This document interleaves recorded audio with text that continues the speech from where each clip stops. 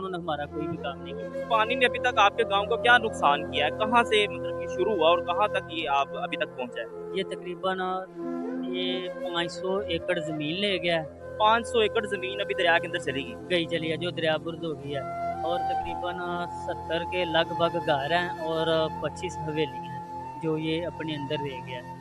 और हर तरह का टैक्स हम पे करते हैं। आईएमएफ जितना भी कर्ज़ा देती है उतने ही मकरूज़ हम हैं, जितने लाहौरिये मकरूज़ हैं, जितने सिंध वाले मकरूज़ हैं, पूरे पंजाब, पूरे पाकिस्तान के हर जगह के फलाही काम होते हैं। लेकिन कर्ज़ा हमारे बच्चे-बच्चे के सर पे है। क्या हम कर्ज़ा देने के काबिल हैं? क्या हम इस अवाम, इस गवर्नमेंट को कर्ज़ा देंगे? हमारी इस गवर्नमेंट से गुज़ारिश है, अगर हमारा काम नहीं होता, हम हमें कोई तहफ़्फ़ुज़ नहीं दिया जाता, तो हमारा जो मुल्क पे कर्ज़ा है ना, उसके देने के हकदार हम नहीं हैं, और वो